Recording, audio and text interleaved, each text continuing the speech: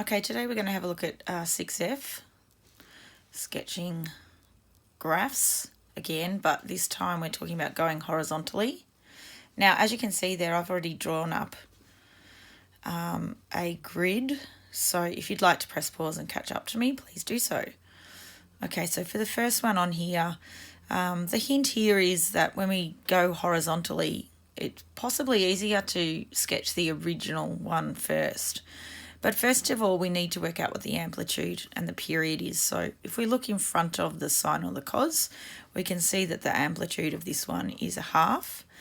And there's nothing in front of our brackets, so there's nothing in front of the x value. So the period this time is 2 pi. So I've already filled out these and hopefully you've caught up to me.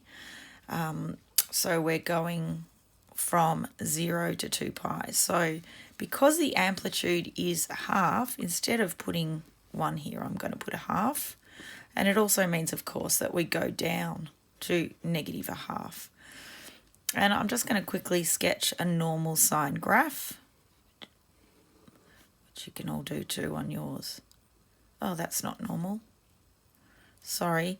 I'm not going to bother doing the very normal. I'm going to do the normal at the 1/2. So if that was 1, it would be a straight sine graph, but we already have changed that to 1/2 and -1/2.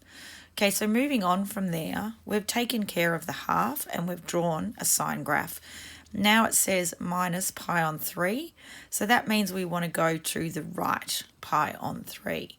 So every point that we have there, we want to think about what it is, and then we're going to go to the right pi on 3. So our first point here is, of course, 0, and we're going to end up at pi on 3 here. So we're going to transform this dot to over here. Okay, then we keep going. So if we keep going from the next point we're at pi on 2, and if we go across from pi on 2, we're going to go pi on 2, so you might want to do this on paper. Some of you can do it in your heads. And, sorry, pi on 2, and we're going to add pi on 3.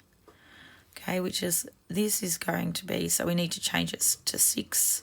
So it's 3 pi on 6 plus 2 pi on 6, and we're going to land at 5 pi on 6. Okay, so this is approximately where I've drawn my next dot. And up here we can put 5 pi on 6. Just putting it up here so it doesn't get so crowded.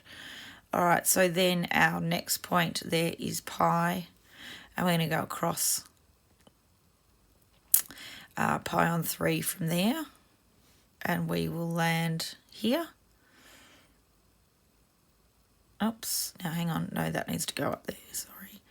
And then we're going to go pi on 3 across, which will land us here, which is going to be 4 pi on 3. Now, I've done that by adding again. You might like to do it yourself just to check, but of course, pi on 3 is 3 pi on 3, plus pi on 3 will give us 4 pi on 3, and that was at the axes there, so that's why it's there. The first one should have been up the top. Okay, so we're down the bottom here now, and we have 3 pi on 2.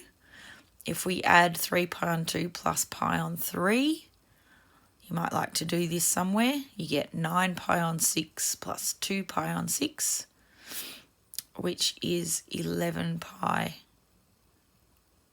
on 6.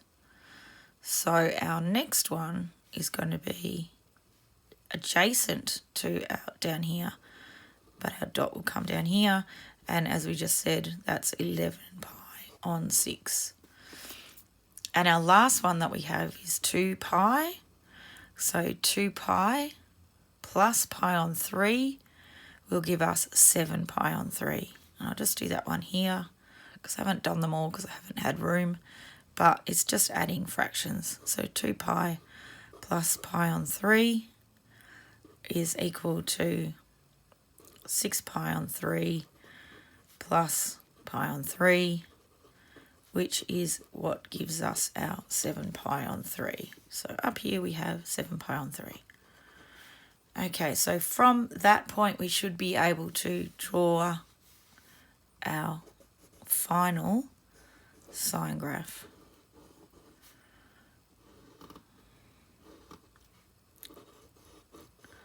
I'm just highlighting it, not by making it a heavier line.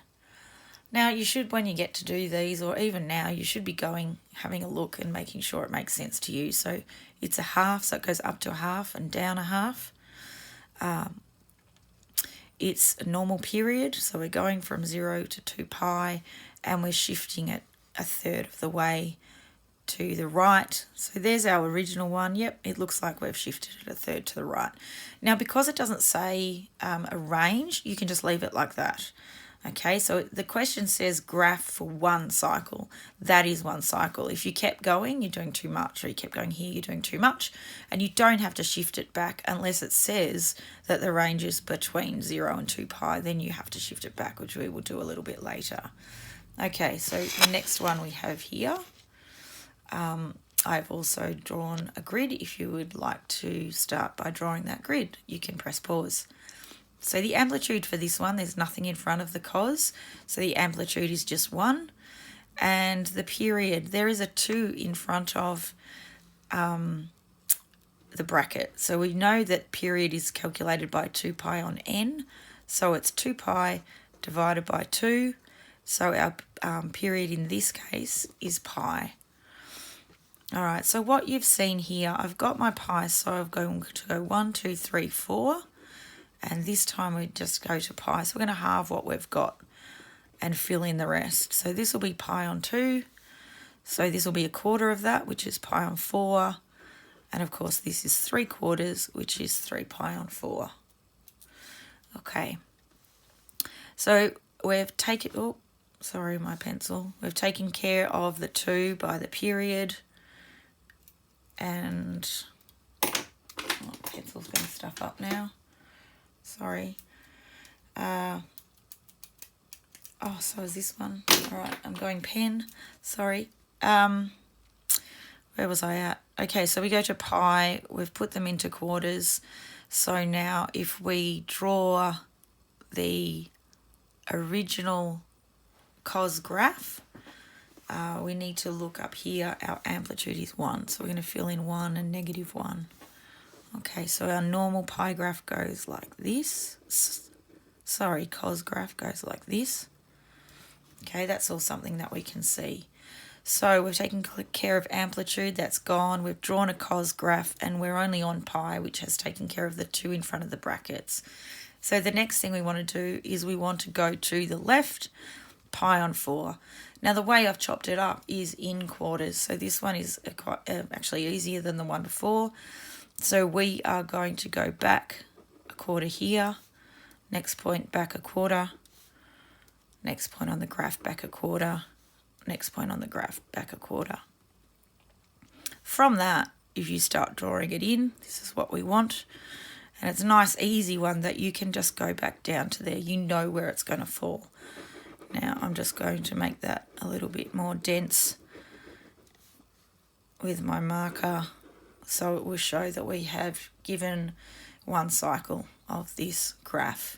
And this one did happen to be between 0 and pi, so it worked out nicely. Okay.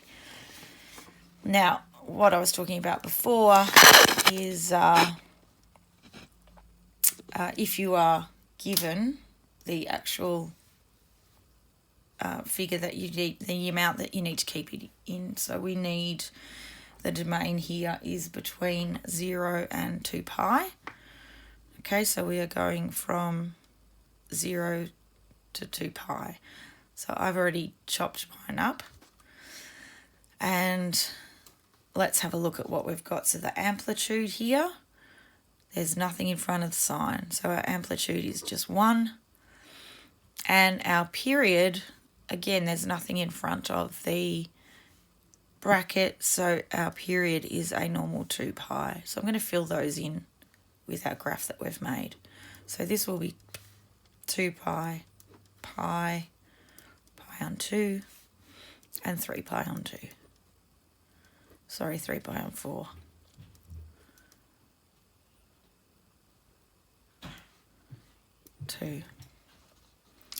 Sorry, 3 pi on 2. Okay, So the next thing we know is the amplitude is 1. So we're going to go up 1 and we're going to come down 1.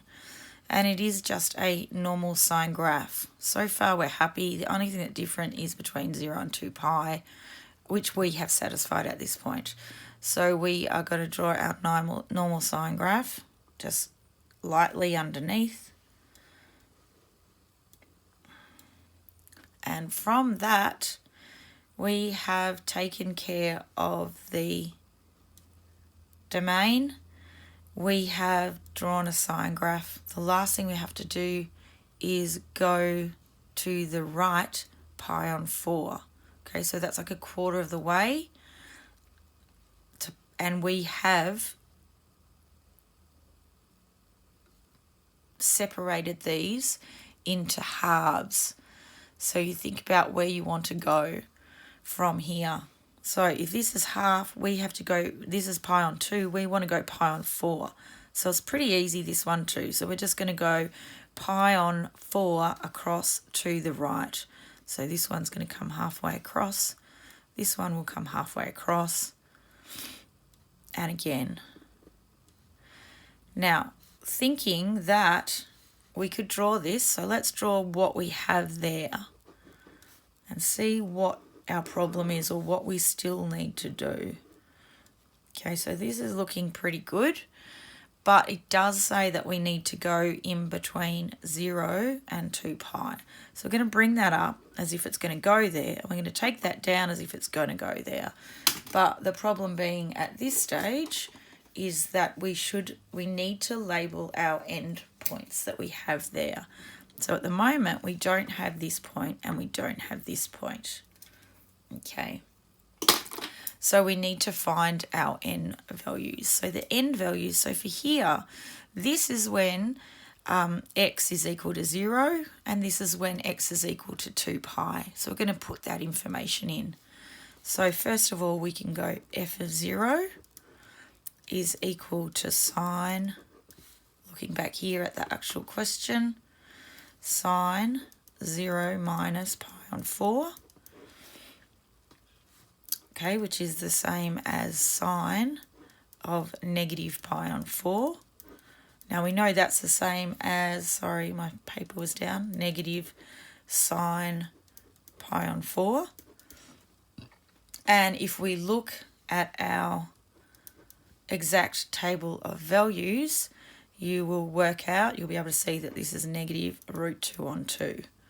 So what we can say, therefore, is the end value is 0, negative root 2 on 2, and the point at which we're talking about is this one here. So we can label that. So this will be 0, negative root 2 on 2, or 1 on root 2. Remember, Mr. Hudson showed you how they could be represented differently, and I think we need to use them both ways so that you can see that that will happen quite often. Okay, so the next thing we have to do is find the other endpoint. So the other endpoint is going to be when x is 2 pi. So we're going to have f of 2 pi will be sine 2 pi minus pi on 4. Okay, which is the same as sine of 7 pi on 4.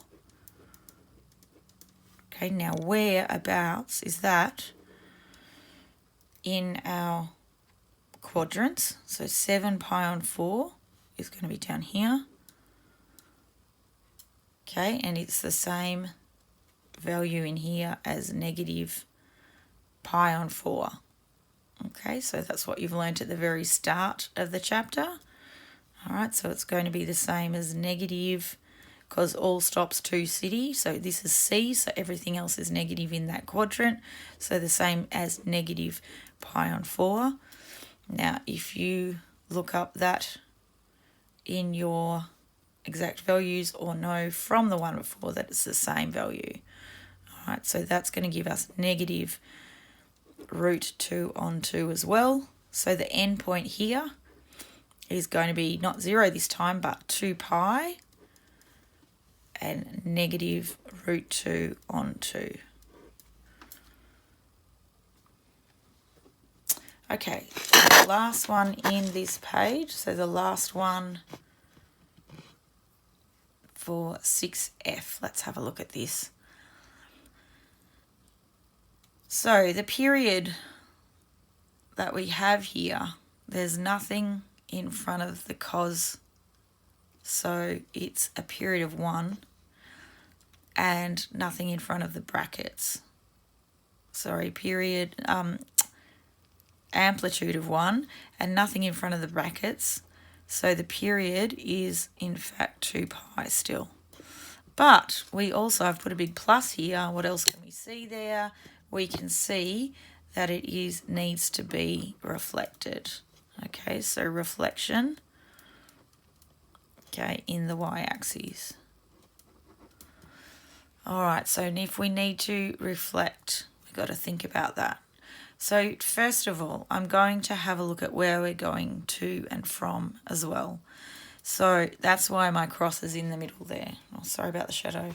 So we are going to go to pi and down to negative pi. So we're going to go pi here. So this must be pi on 2. Down here is going to be negative pi on 2. And over here is going to be negative pi. All right, so let's have a look at what our cos would normally look like. So it would normally go through here, and this way it would go down to here. That's what it normally looks like.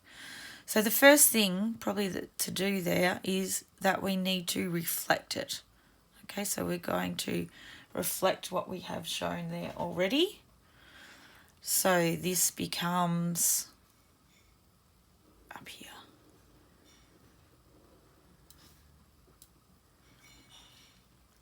All right, so now that we're showing this one, this is the one that we need to work out what we need to change from there, which is going to the left, pi on 2. So from here, we want to go back pi on 2, which is what these squares actually are. So we're going to go from this point, we're going to go over here.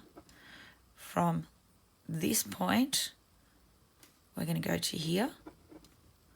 Okay, remembering we're looking at this one now, the reflected one. This one will go back here. And up here, we'll go there. And this one's easy in that we need to go from negative pi, and that's taking us there, okay.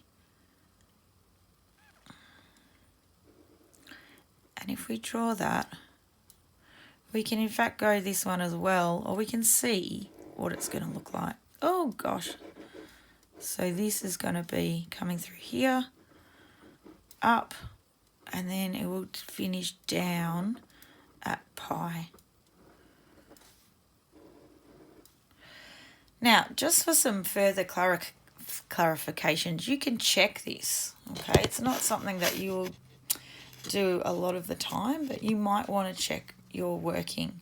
So the way we can do that is we could plug something in. So for instance, here's a good one because it's nice and easy.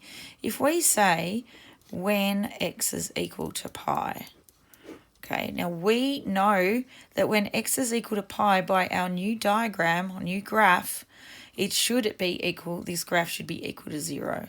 So you could do this in your head, or you could just do it quickly on paper if you wanted to know how you were going. So this is equal to minus cos x plus pi on 2. Well, that's the equation of the graph. So this becomes minus cos, and instead of x, we're going to put pi plus pi on 2. Okay.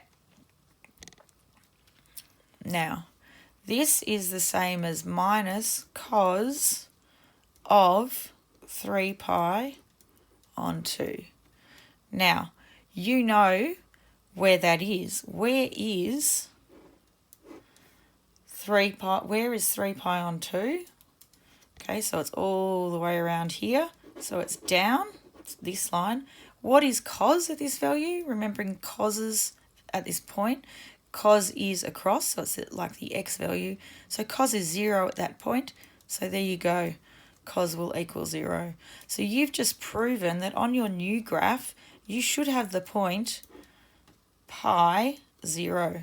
Okay, and you can also do it for another point, probably the same. If you go back to, say, the negative pi, if we do that one, then we're going to have minus cos negative pi plus pi on 2. Okay, and that will be equal to negative cos of negative pi on 2. Okay, and if you're thinking about where that is as well, okay, it is going to be along the y-axis again, pi on 2. Okay, so that is also equal to 0, which gives you the other point of negative pi 0.